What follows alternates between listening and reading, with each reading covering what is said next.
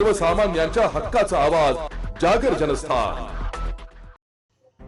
नाशिक ग्रामीण पोलिसांची मोठी कारवाई। नाशिक पुणे महामार्गावरील गोंदे फाटा परिसरातील एका हॉटेलमध्ये बेकायदेशीरपणे अफूचा चुरा विक्री करणाऱ्या इसमावर स्थानिक गुन्हे शाखेने छापा टाकलाय।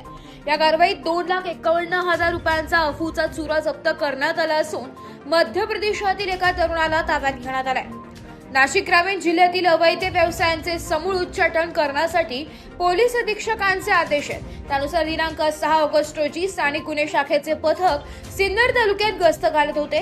त्यावेळी गुप्त माहिती मिळाली की गोंदे शिवारातील हॉटेल रेणुका माता राजस्थानी ढाबा येथे काही संशयित इसम अफू नावाचा अंमली पदार्थ विक्रीसाठी बाळगून आहे। माहितीच्या आधारे स्थानिक गुन्हे शाखेच्या पथकाने वावी पोलीस ठाणे हद्दीत हॉटेल रेणुका माता राजस्थानी ढाबा येथे पंचासमक्ष छापा टाकलाय।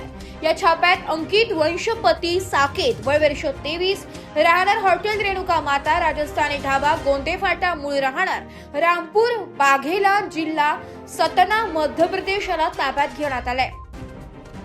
आरोपीच्या ताब्यातून विक्रीसाठी बाळगलेला पांढऱ्या रंगाचा प्लास्टिक गोणीत 16 किलो 912 ग्रॅम वजनाचा आणि 2,51,700 रुपये किमतीचा अफूचा बोंडाचा चुरा अर्थात डोडा पावडर जप्त करण्यात आलाय। चौकशीत आरोपीने हा माल हॉटेल मालक गोमाराम चौधरी यांच्या सांगण्यावरून विक्री करत असल्याचं सांगितलंय। आरोपी विरुद्ध वावी पोलीस ठाण्यात एनडीपीएस कायदा अंतर्गत गुन्हा दाखल करण्यात आलाय। पुढील तपास वावी पोलीस करत आहे। अंमली पदार्थांची तस्करी रोखण्यासाठी नाशिक ग्रामीण पोलिसांकडून अशाच प्रकारच्या कारवाई यापुढेही सुरू राहणार असल्याचं पोलिसांनी सांगितलंय।